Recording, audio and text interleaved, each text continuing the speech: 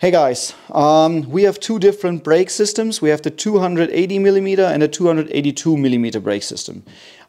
We get a lot of questions regarding what is the right brake system for me. This, in my eyes, is we call it Street Pro system, and this we call the race system.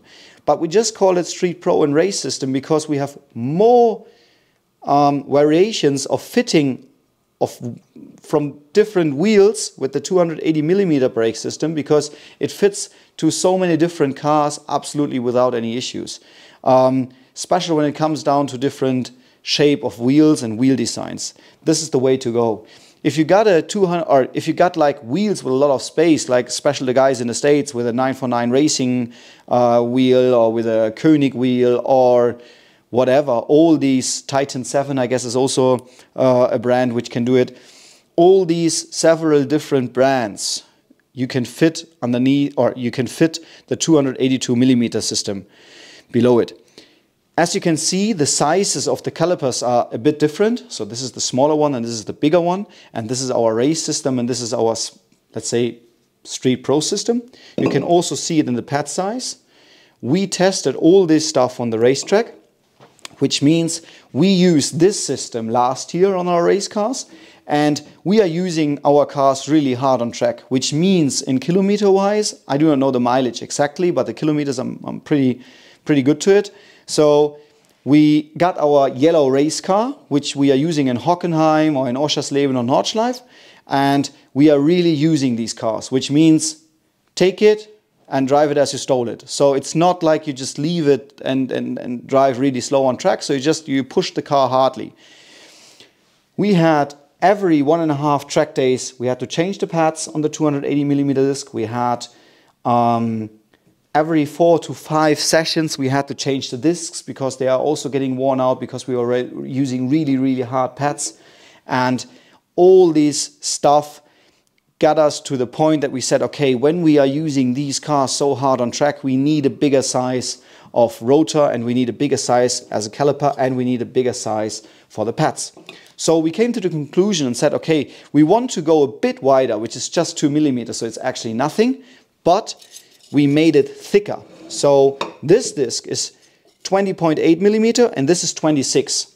And with this, and also the size of the part where the pad is rubbing on the disc is also a bit wider.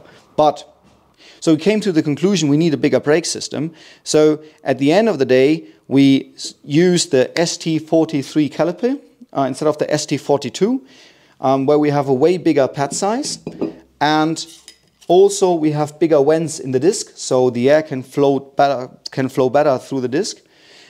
And as another thing of experience, if you brake hard with the car like this, you take a lot of heat into the caliper, and to break the heat we have this part, which is actually a Titan metal plate which drops on top of the pad, and it sits there inside the caliper. And when you brake it and when you get more heat into the brake system, this will get less heat into the caliper and less heat into your brake system. So you have less problems with overheating. So when somebody is asking me, hey guys, when this system can do everything better than this system, why you have two brake systems? And this is like for somebody who is using his car mostly on the street, taking it for a nice ride through the Alps or wherever you are, and have a lot of fun and want to have like a nice pedal feeling and a good braking power.